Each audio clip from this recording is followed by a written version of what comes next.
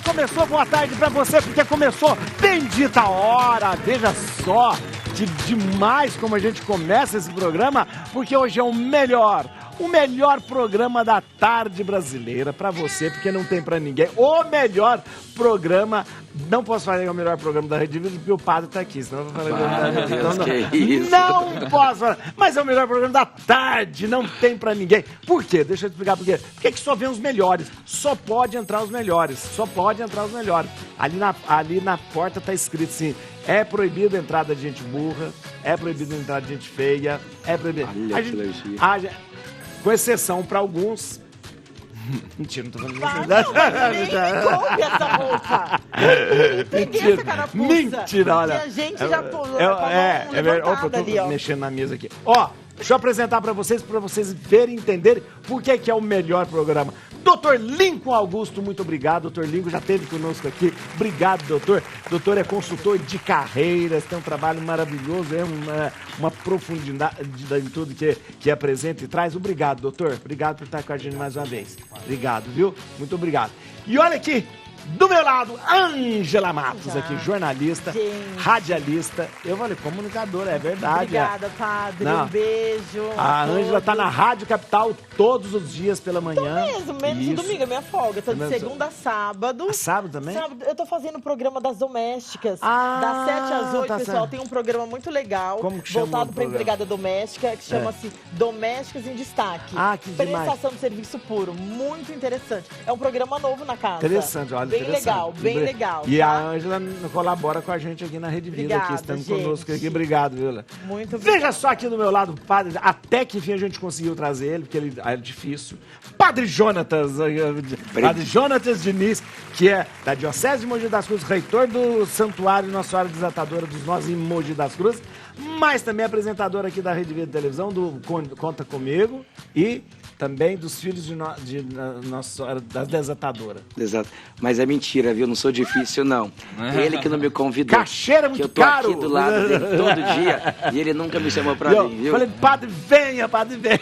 Padre, sabe que eu achei que não liberava por causa da idade. Não, de verdade, o padre mais jovem que eu já conheci. Olha só, obrigado. Não conhecia. Falei, gente, é um menino. Olha, é um menino. E mais bonito que o padre Jornal. Verdade. Jovem e mais bonito. Você achou que era seminarista? Coloca os dois aí na câmera. Achou que era aí, olha lá. É verdade, isso mesmo. Hoje a enquete vai ser essa. E olha aqui, a referência na otorrinolaringologia, verdade. Eu tenho um respeito muito grande por toda a família e fico muito feliz. Doutor Marcel, obrigado. Doutor Marcel Menomiaki, viu? Doutor Marcel, obrigado, viu? Tá aqui com a gente. O prazer é meu de estar de novo aqui. Eu digo que, olha, é uma referência na otorrinolaringologia, porque eu tô dizendo aqui, o avô do doutor Marcel é o famoso doutor Menon. Doutor Menon, todo mundo conhece, todas as pessoas que tiveram, que cuidaram da voz na televisão, no rádio, na imprensa, em todo lugar, era o Dr. Menon. O Dr. Menon sempre foi uma referência. E isso passou para a família toda.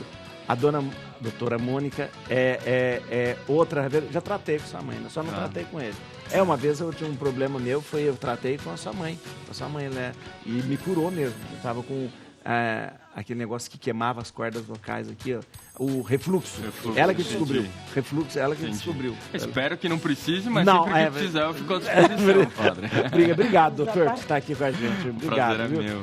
Olha aqui, gente, você vai participar com a gente. Você participa com a gente assistindo pela internet, pela televisão, pelo celular, pelo computador, como você quiser. Mas para participar... eu tô sem o tablet de novo. Mas para participar com a gente, você não tem como ler aqui, ó. Para participar aqui com a gente, você vai entrar pelo YouTube, youtube.com/Bendita Hora. Você vai fazer a sua pergunta, você vai fazer a sua participação para eu passar para o pessoal aqui, para eles nos ajudarem. Porque tem muito assunto e vamos começar com o nosso pensamento do dia. Atenção, para a gente poder refletir profundamente. Dize-me com quem andas que te direi que estou com preguiça de sair de casa. É verdade. Verdade. Eu tô na casa nova, pá. Você mudou? Não, tô mudando aos poucos. Ainda tô lá com a minha mãe, mas é verdade, quando eu tô na minha casa, eu não quero sair para nada. E eu olho assim, o pessoal... A pessoa fala assim, nada. É tão gostoso. É bom demais, é bom ficar em casa, é bom ficar em casa. Gosta de sair? Eu gosto, mas chegou depois dos 40, tem 2 perguntas. Então faltam uns 10 anos pra chegar lá. Eu já sei. Primeiro é se tem lugar pra sentar. Viu? E a segunda é quanto tempo vai demorar. Vai demorar, meu. Se depois dos 40 faltam uns 5 anos pra chegar, né? Então, não, doutor, já faz tempo. Você gosta de sair, doutor? Eu já fui mais de sair, mas agora eu tô com um filhinho pequeno. É gostoso ficar em casa. É gostoso sair com as crianças, né? Pra fazer. Ir pra uma festinha junina agora, que as crianças Festa adoram. junina, não pode esquecer. Dia 29 na minha paróquia lá.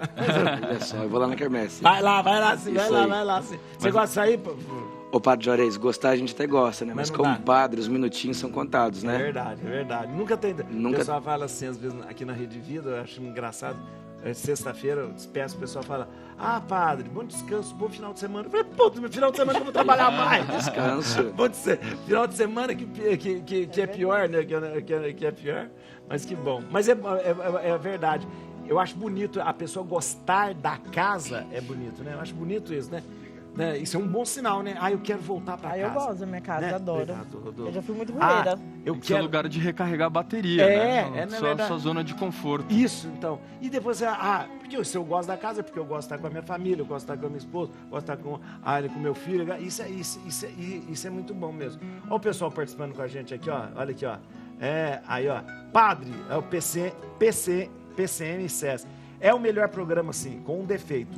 Ele é de São Carlos do Bahia. Aqui, ó. Ele falou, tem que aumentar a duração do programa. Isso mesmo. Melhor programa. A Maria Salomé falou, boa tarde, benção. Todos da mesa. Ângela, gosto muito dessa menina. Um beijo. Olha, começou agora. A rasgação de seda pra Ângela. Que eu ativei o André Pereira. Olha, ó, Padre Juarez, olha aí, viu? Olha aí. Tem que falar, André falou, Padre Juarez, você tá uma gracinha. Olha só. Que graça. Muito bem, vamos lá. A gente vai começar o programa aqui, ó. Dessa semana, falando nessa segunda-feira, com a nossa enquete do dia. A nossa enquete é a seguinte: você considera a segunda-feira pior dia da semana? Sim ou não? Aí, ó. Pior dia da semana é segunda-feira? Sim ou não? Vote no Instagram, @programa Bendita. No Instagram, @programa Bendita. Você gosta de segunda-feira? Adoro. Antes eu não gostava, mas é que eu curto tanto meu final de semana que quando é na segunda, tá acabando, eu já tô bem assim, descansado, tranquila. Não, eu adoro. Adoro. Eu gosto. E eu gosto, de verdade. No campo profissional é muito interessante porque tem muita gente que odeia segunda-feira, mas tem muita gente que adora porque vê ali a expectativa de um início de semana, né? Novos ares, novas possibilidades, um novo recomeço. Mas é motivo de sofrimento para muita gente também. Gente. Chegando domingo, a pessoa já começa a ficar com aquela depressão do Fantástico, ela escutando musiquinha. Lembra? Tinha muita gente, eu vivi essa depressão. Escuta musiquinha do Fantástico, né? Já dá uma coisa ruim. Eu gosto, padre, porque eu sou meio workaholic, né? Gosto muito de trabalhar. E no fim de semana você começa a pensar nas coisas que você tem que fazer, né? Então chega segunda de manhã, você já consegue resolver todas aquelas coisas que ficaram caraminholando na sua cabeça. E eu jogo tênis de segunda bem cedinho, então é um motivo a mais pra não ficar tão chateado assim que tá acabando o final de semana. Jogo às 6. Você acorda que horas? É pertinho de casa, umas 5h30, acordo. É bom, né? Padre, 20 para 5 eu tô acordado pra ir pra rádio, meu filho. Não é pra jogar tênis, Mas é bom pra fazer um esporte, você já 7 da manhã já tá na pilha toda, né? Que às vezes você acorda cedo e fica ainda até pegar no tranco, você já jogou? Hoje especificamente eu não joguei, mas... Fora isso, né, eu tive que cancelar porque eu joguei ontem, na verdade, senão eu ia ficar muito quebrado. Eu adoro a segunda-feira, padre.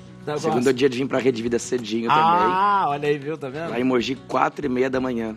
Nossa, 4h30? 4h30, por causa do trânsito. Pega trânsito. Pra chegar aqui por volta das 7, 7h30. Olha, sabe que antigamente eu vi muito tempo atrás uma pesquisa de que o pessoal falava assim, às vezes você compra um carro, dá muito defeito. Fala, às vezes o mesmo carro, outra pessoa comprou, aí a pessoa falava assim, esse carro foi feito na segunda-feira. Tipo, por quê? Porque mas era um tempo que as pessoas Hoje é tudo robô, né, que faz carne. Antigamente, quando ia na linha de produção, o pessoal parafusava. Então a pessoa chegava cansada, desanimada, então fazia o carro de qualquer jeito, era o carro de segunda-feira. O carro de segunda. Carro de segunda-feira. Tem o de quinta também, né? O carro de quinta é pior. Aí de sexta, então, né? Aí você faz de qualquer jeito. Só sobra de quarta-feira. Isso aí já tá dando na reserva. Só sobra aqui, ó, de guarda-velho. Aqui, ó. André Pereira falou, Ângela Matos, o querido Rodolfo. Rodolfo, um beijo. Duas pessoas maravilhosas, falou aqui, olha, tá vendo? A Laide Jarreta falando, boa tarde, gente, para todos vocês, gente inteligente que tá na mesa hoje. E Evanir falando, boa tarde, Padre Juarez, que bancada de convidados maravilhosa. Beleza, Ivanir Zonta também, muito obrigado. Vamos lá para primeira notícia, Rodolfo, é a primeira notícia, vamos lá na primeira notícia, então. Aqui, lá, vamos lá. Qual a primeira notícia pra gente comentar? Isso mesmo. Lidar com a geração Z. Ai, meu Deus, é verdade. É desafio para 68% do mercado de trabalho, aponta relatório. Conflito geracional não é uma novidade no mercado. Especialista não diga de como lidar com questões. Eu vou falar com especialista de carreira. Geração Z. Pois é. Vamos ver mais ou menos geração Z, qual a idade que é? A gente costuma dizer que são aqueles que nasceram entre 1995 até 2010. Então tem aí seus 25, 30 anos mais. Tem 30 menos, anos. né? É aquela geração que é difícil. Você? Você tá louca de você, geração Z. Não, você, a gente costuma dizer que é uma geração mais acelerada, né? Porque já nasce no processo da tecnologia, já nasce vivendo intensamente aí todas as mudanças desse mundo moderno. E aí, claro, que o que o relatório traz é um dado importante, que é como é que a gente lida com uma geração que tem tudo na palma da mão o tempo todo, né? Então, assim, o nível de frustração é muito maior, mas o nível de realização, de desejo também. Então, isso traz uma perspectiva interessante, que é como é que a gente lida com essa geração no mercado de trabalho, entendendo essas particularidades de alguém que tem muita pressa, né? Que quer que as coisas aconteçam da noite para o dia. A gente sabe, no ambiente corporativo, na carreira de qualquer pessoa, leva-se tempo para você construir alguma coisa. Mas são chatos. São chatos, sim. Eles são questionadores. São muito questionadores, né? Porque, obviamente, nascem com mais informação do que a gente, né? Então, isso faz com que a velocidade do processo para eles seja muito mais dinâmico. Então, como é que pode, eu peço uma comida pelo aplicativo, um carro que chega em 2, 3 minutos, eu já estou avaliando, e as coisas são tão lerdas no mercado de trabalho. Eu demoro tanto tempo para crescer, me desenvolver, sendo que, para avaliar a comida do aplicativo, menos de 5 minutos. E eles gostam de fazer, assim, eles gostam também de ganhar bem, e não ter muito trabalho também não, né? Negócio, eu tô falando isso, ele não pode falar, mas eu tô falando. Mas aí tem um ponto interessante, Pablo. Você é da geração Z? Eu tô quase lá, porque eu tenho 32, então ele falou que até os 30. Não é chato, então... não. Eu tô fora. Olha lá. Mas tem uma coisa interessante nessa geração, que além desse imediatismo, né, o que acontece? Por que eles têm essa velocidade tão rápida de quererem crescer, se desenvolver, tecnicamente falando? Porque tudo acontece numa velocidade que às vezes a gente é incapaz de contar. Então, como é que pode, para essa geração, muitas vezes, refletir acerca da sua carreira ou dos desafios que ele dá com outras gerações, se as coisas não forem na mesma velocidade? Então, é claro que a intensidade é muito maior. Então, eles são muito mais questionadores, né? Não diria tão chatos, mas são mais questionadores. E tem um detalhe aí.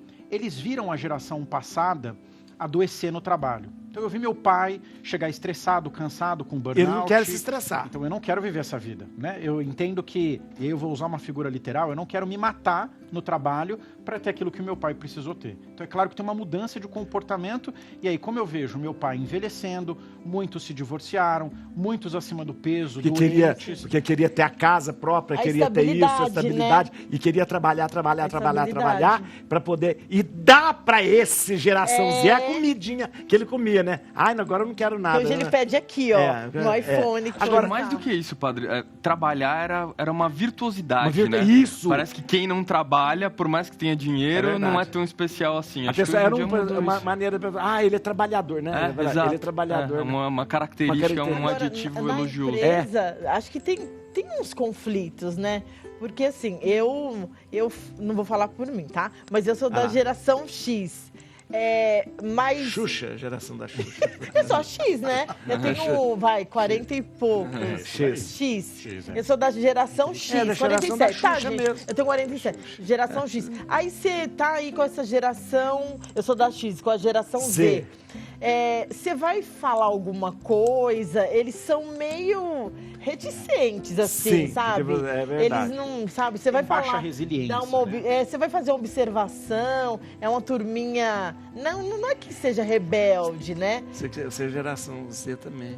Eu sou X. Com ela. Você é qual, padre? Da sua geração que não tinha. Da geração que não te interessa. Da geração que não te interessa. Agora, eu não sei assim, de repente algumas corporações têm aí algum núcleo para tentar mediar ali, fazer com que essas pessoas, o relacionamento, não entre em choque. Não entre em choque, né? Existem políticas justamente voltadas para o capital humano. Não seria o RH. Não necessariamente, às vezes pode ser o próprio gestor, né? A ideia é que você consiga aí mesclar essas gerações para que uma possa ser produtiva com a outra e que haja uma troca saudável. Uma troca saudável. Eu adoro trabalhar com jovens. Eu gosto dessa coisa já tá velho, quando fala assim, eu gosto de trabalhar com jovens porque você tá velho, né? Mas assim, eu gosto dessa coisa nova, rápida. Mas assim, tem depois da geração Z veio o quê? Aí a gente chama da geração milênio ou a geração milênio, né? Que aí são os que aí começa de novo. De 2010. Alpha, e aí esses já vêm com um chip completamente diferente. Esse eu tava lendo que esses não, assim, eles não querem, esses agora não querem, eles acham essa coisa dos pais que trabalharam muito, isso muito ruim, e essa coisa do capitalismo muito ruim. Não é importante ganhar dinheiro. Eles é a sustentabilidade, uma coisa... falando que custa 10 mil reais.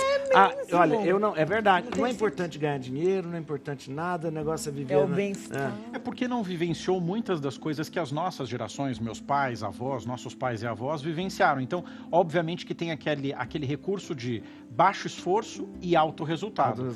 Mas é difícil você conseguir fazer isso com pouca idade. É verdade. Né? Então, assim, você fica muito naquela tentativa de conseguir encontrar um jeito de ou aumentar o seu faturamento e ganhar muito dinheiro de forma exponencial, ou ter que sair para a labuta e trabalhar desde Esses mais jovens querem um trabalho remoto, é bem a cara deles, né? A gente não, a gente vai pro trabalho, gosta de ir pro trabalho, quer a CLT, né? Verdade. E eles são uma coisa mais flexível, né? Aqui, tudo é geração alfa. Qual a geração? Alfa, né? Agora, e os nenéns? Brincadeira, aqui não tem. Os neném tem. Aqui não estão aqui. Olha lá, 20 e poucos anos, né? 23 anos! Gente. A geração...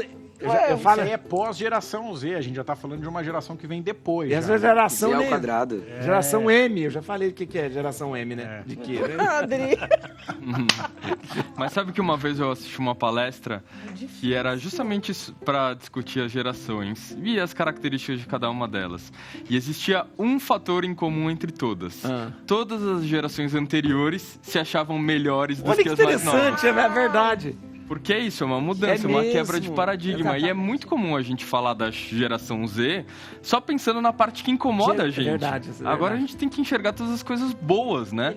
Tantas coisas que a gente teve que engolir também, assim, que era comum de se acontecer em ambiente de trabalho, que eles não engolem mais pra dentro, expõem e melhoram, inclusive, o ambiente corporativo, né? Olha, doutor, eu diria que o aprendizado contínuo talvez é uma das principais lições, porque eles aprendem, reaprendem o tempo todo, né? Então, isso é muito mais fácil do que se a gente comparar com a nossa geração. Se eu quisesse aprender um idioma, por exemplo, no início dos anos 90, eu tinha que ir na banca de jornal uma vez por mês, comprar uma fita cassete e escutar aquela aula. Hoje em dia, em qualquer aplicativo gratuito, Duolingo lá, eles aprendem de forma muito mais acelerada. E isso também é um desafio pra gente. Desafio, é verdade. Sair dessa zona de conforto. E é interessante, a gente sempre acha que a gente é melhor que a outra geração. E sempre a gente aponta defeito, né?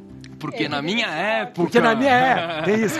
Porque no meu tempo a gente é verdade. No trabalho e em casa, né? Quem tem filho adolescente aí que vive reclamando. É verdade. Mas é na vida, no trabalho, em casa, nas relações. Esse conflito geracional, acho que ele acontece na família, no trabalho, em qualquer... Eu acho que sempre acontece essa coisa, né? Até na igreja. Até na igreja, né? Tem a gente vê... A senhorinha não quer dar espaço pro novo porque ela teve ali a vida inteira. É verdade, é verdade. Resistência, né? Mas entre nós padres também, né? A gente acha que a gente é melhor do que o padre mais antigo, que é não sei o quê. O padre mais antigo acha que é verdade, é isso mesmo. né? Esses padres novos que estão chegando aí. Sai 4 horas da manhã, Sai 4 horas da manhã, né? Vamos lá, gente. Padre, eu tô conversando aqui com o doutor, e aí ele tá falando que ele participou do Eli Correia. Eu queria aproveitar a audiência. O Eli Correia ontem celebrou 55 anos de carreira. Nossa, olha, ontem celebrou 55 anos de rádio. Olha que beleza. O Eli Correia, um grande comunicador. Quem não conhece a...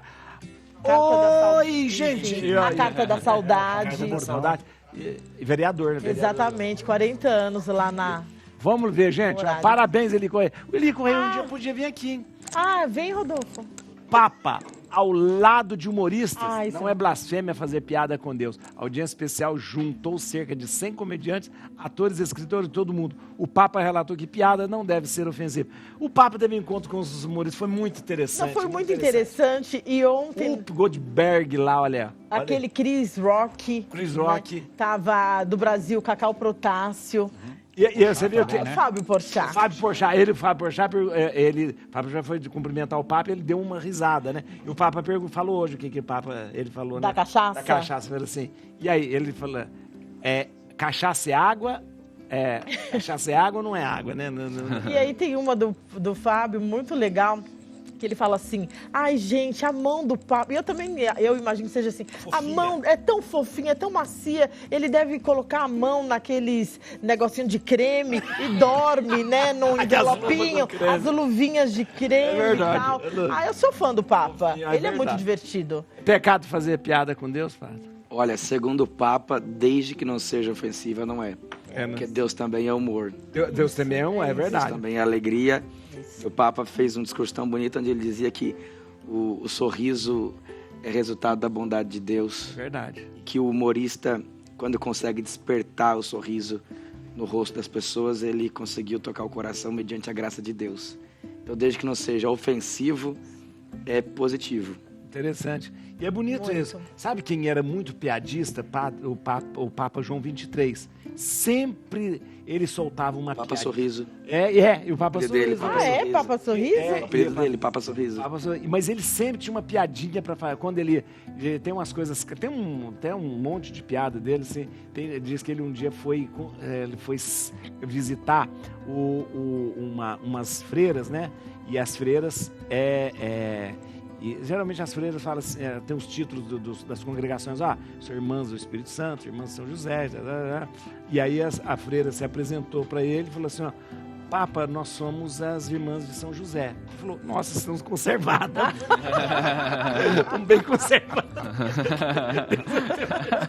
Então, o Papa João XXIII, ele sempre tinha essa coisa que o Padre falou, interessante. Deus é amor e é humor também. Deus é humor, o Papa disse isso. É humor. O Papa falou que a piada, ela não tem como origem diminuir as pessoas.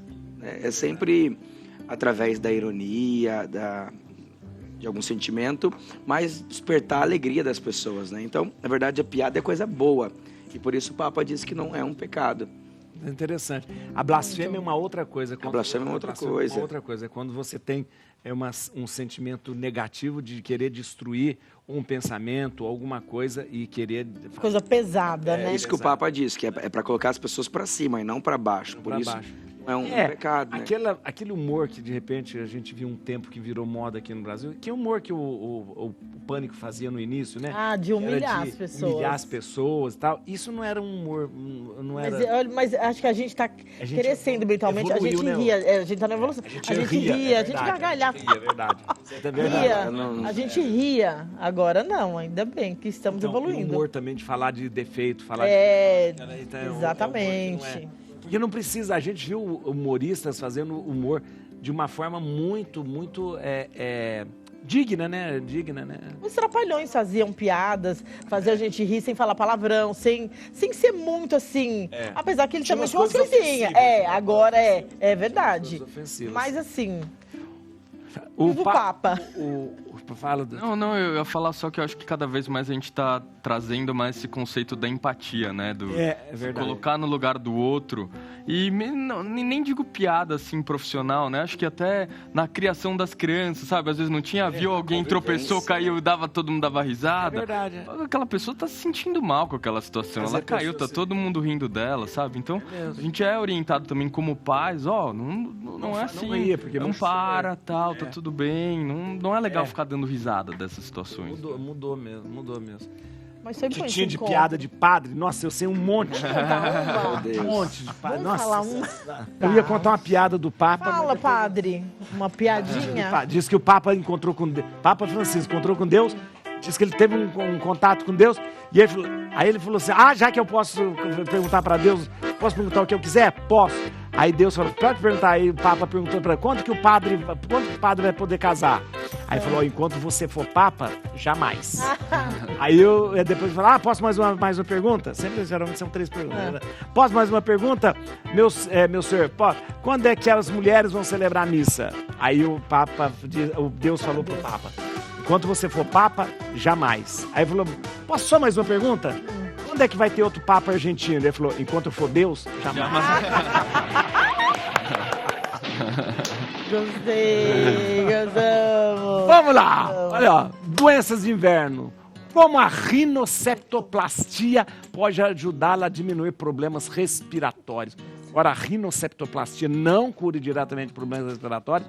O procedimento pode auxiliar no tratamento de alterações anatômicas, pode exacerbar condições em uma alergia nasal e infecções das cavidades, seios paranasais. O doutor vai explicar tudo pra gente agora. Pelo amor de Deus, doutor Marcelo.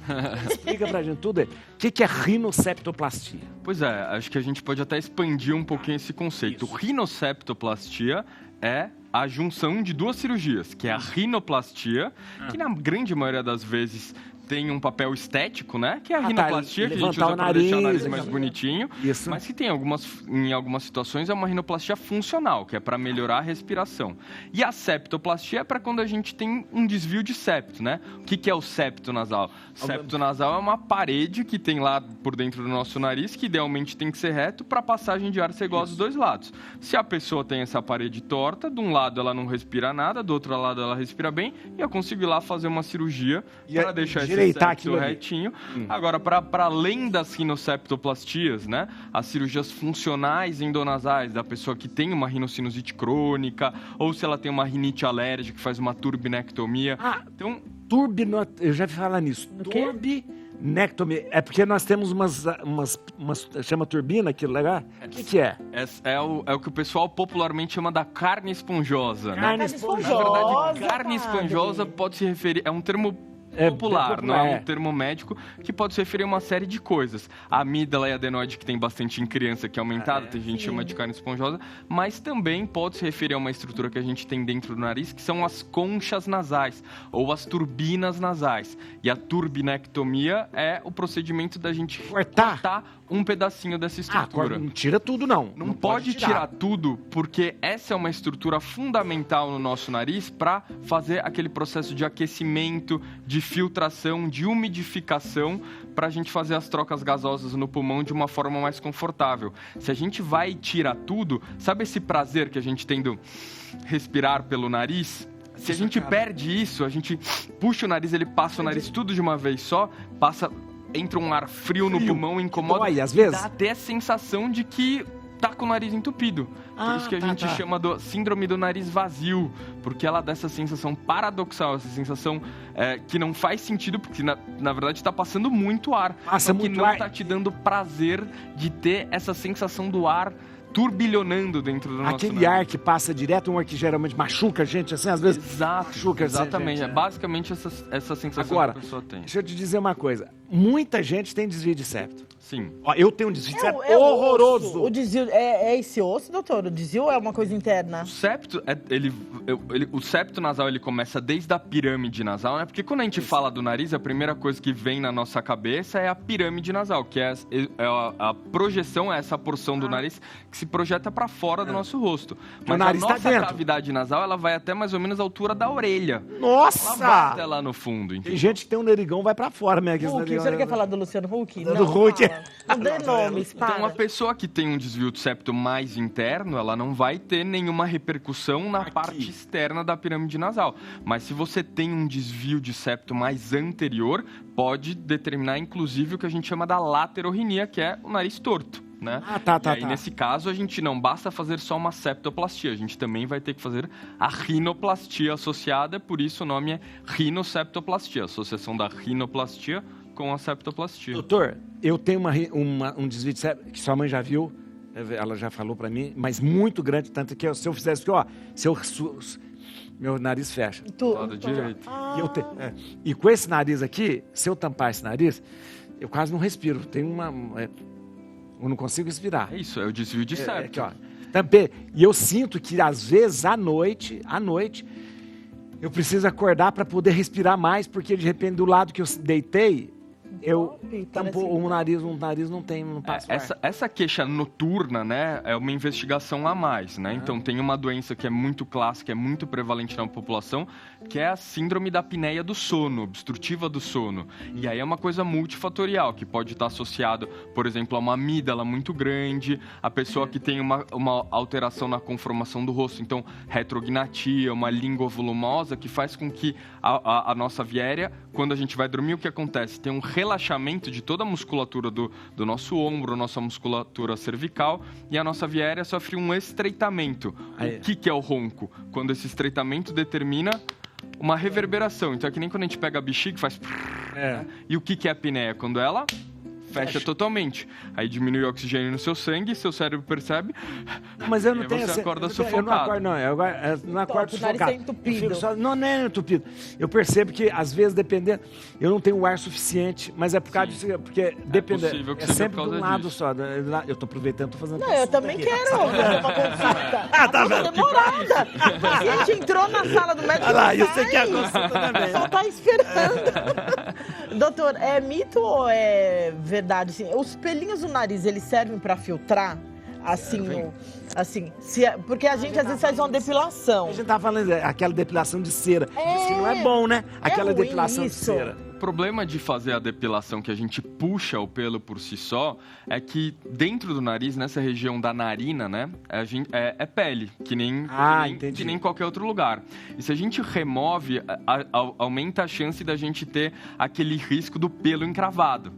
Se a gente faz o pelo encravado, né, pelos mesmos motivos que a gente faz, que poderia fazer em qualquer outro lugar que a gente tem pele no corpo, isso pode trazer uma infecção e uma complicação, e pelo fato de estar dentro do nariz acaba sendo extremamente incômodo. Mas dá pra cortar, a gente pode cortar. Idealmente mas ele serve para filtrar, né? Ele serve para filtrar, mas as pessoas que têm excesso de pelo, né, que o nome técnico são as vibriças. Quem tem muito pelo pode contribuir, inclusive, para a pessoa sentir o nariz mais entupido, né? Porque o ar não passa tanto assim.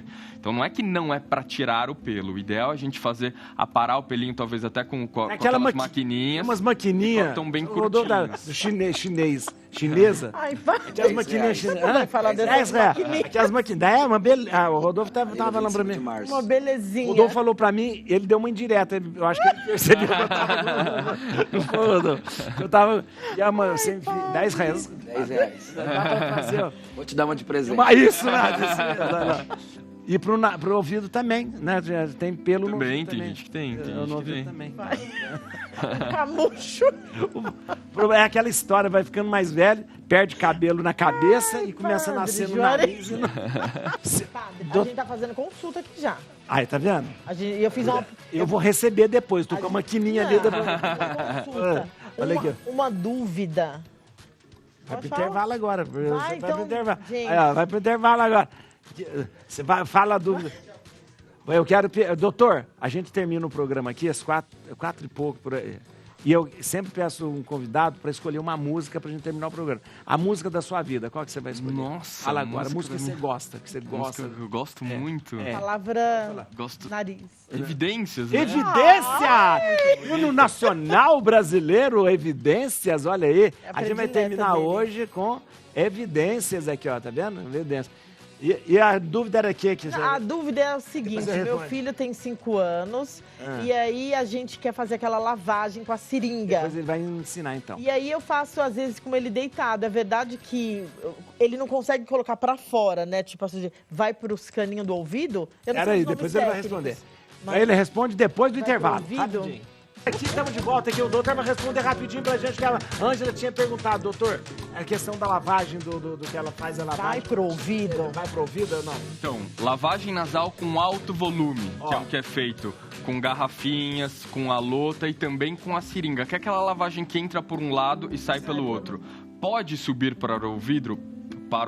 Pode, quando feito de forma inadequada. Tá? Então, assim, lavagem nasal com alto volume tem que ser feito com alto volume e baixa pressão. O que isso significa? Se você tá com a seringa, se você tá com a garrafinha, não é pra apertar com força. Jato, não é pra fazer Você não vai remover a secreção na força como se fosse um esguicho, né? Você vai remover a secreção por transbordamento, por embebição. Então, assim, no começo, se você ainda não tem o hábito de fazer a lavagem nasal com a garrafinha, eu recomendo até que faça com 2 dedos, ao invés de fazer com a mão inteira, para apertar devagarzinho. Naturalmente vai entrar por um lado e sair pelo outro. Abre a boca, né? Vira um pouquinho assim para frente e tira. Qual que é o problema de fazer com alta pressão? Lá no fundo do nosso nariz existe uma comunicação entre o nariz e a nossa orelha. Né? E essa comunicação, sabe quando a gente vai descer a serra ou pega um avião que dá aquele entupimento? Essa é a comunicação, ela ajuda a equalizar, a igualar a pressão de dentro da orelha com o ambiente, né? E quando ela não está funcionando direito, o tímpano retrai ou abala e dá a sensação do abafamento. Se a gente faz com muita força, o líquido sobe para dentro da orelha e pode causar infecção.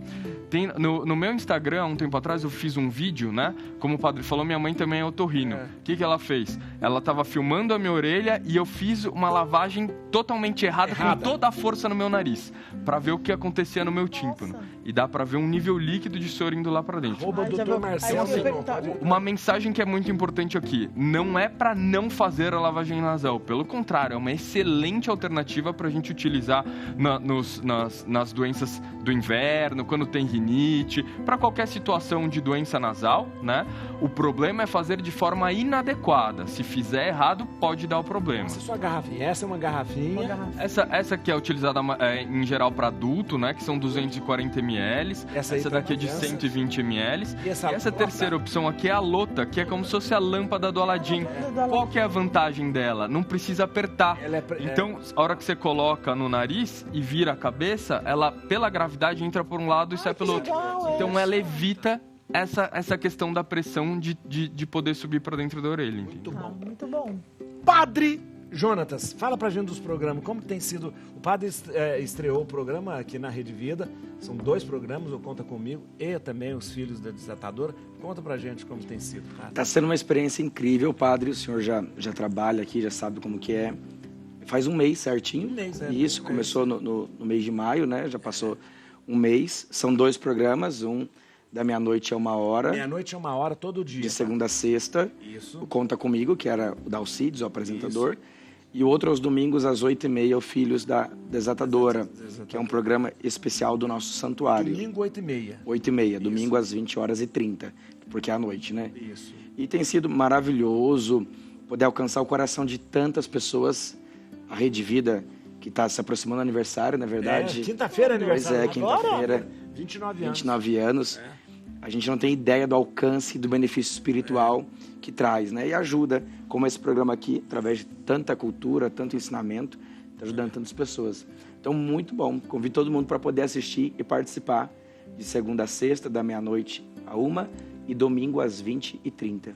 E é interessante, esse horário é um horário muito gostoso, porque é um programa que acompanha a gente, muita gente acompanha à noite o programa, porque é uma companhia ali naquele momento, às vezes tem pessoas insônias, às vezes que gosta, e tem pessoas também que esperam, né, aquele momento, né, para poder terminar o seu dia, ou começar o seu dia de uma maneira mais, né, tranquila também, né? Exatamente, é um programa carismático, com bastante oração de cura e libertação. Tem muita gente acompanhando, está sendo maravilhoso. Beleza.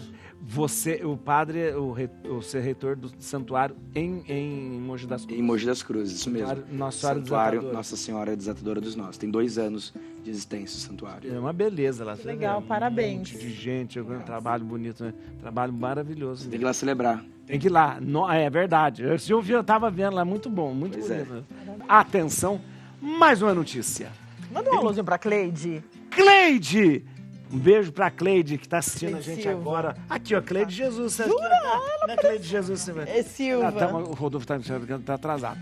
Empresas contratam psicólogos para acabar com intrigas no trabalho e melhorar a produtividade. Psicologia organizacional pode ajudar a melhorar a produtividade e tornar as pessoas mais satisfeitas no ambiente corporativo. Gente, acabar com intriga, acabar com fofoca, a coisa mais antiga do mundo. E aí como que faz, Dr. Lincoln? Pois é, esse é um desafio que a gente vê hoje no campo das organizações, né? Então você ter profissionais habilitados que possam ajudar a lidar com esses conflitos, não só geracionais, que é o que a gente estava falando no comecinho do programa, mas também lidar com essa questão da produtividade, com o entendimento dessa relação, essa linha tênue que tem entre trabalhar muito e cruzar isso com um burnout, por exemplo, Sei. E eventualmente ter um afastamento em decorrência de uma doença motivada pelo trabalho. Eu entendo que o papel do psicólogo nesse momento, do psicólogo organizacional, é azeitar, digamos assim, todas essas diferenças e relações e oferecer para o trabalhador uma condição mental, principalmente, muito mais adequada nos tempos de hoje. É comum ter empresas psicólogos que acompanham de repente junto com RH, alguma coisa, ou não é, doutor? Tá ficando comum? Na verdade, sempre teve, né? A gente sempre teve a figura do psicólogo organizacional como alguém formado em psicologia que atuava ou atua na área de recursos humanos. Com o passar do tempo, isso foi mesclando. Muitas pessoas que não são psicólogos, mas que acabam atuando na área de recursos humanos.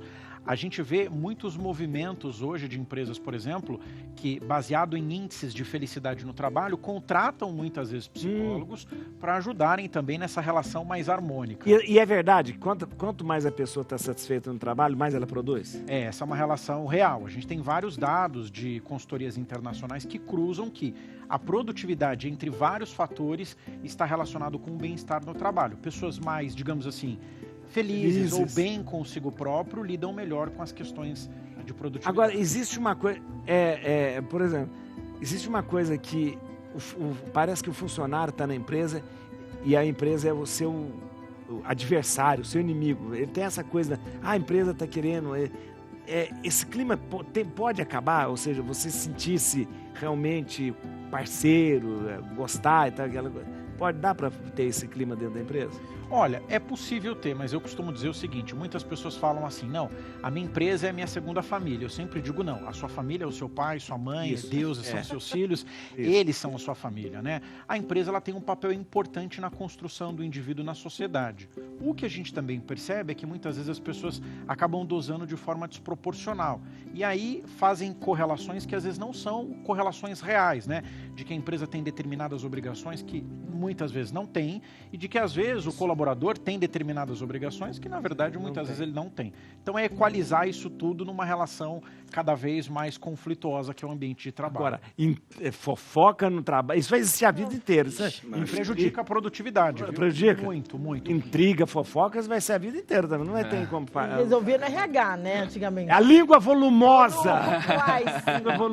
A última notícia. Olha, hoje nós falamos mais do que... Olha, vamos lá. Em jogo, casado com Lira, bancada evangélica acena com recuo com o projeto anti-aborto.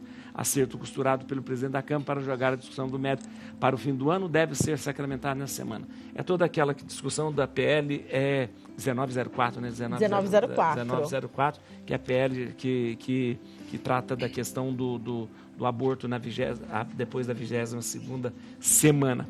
Provavelmente não vai ser votado. Hoje vi bastante coisa do Congresso dizendo que não vai ser votado.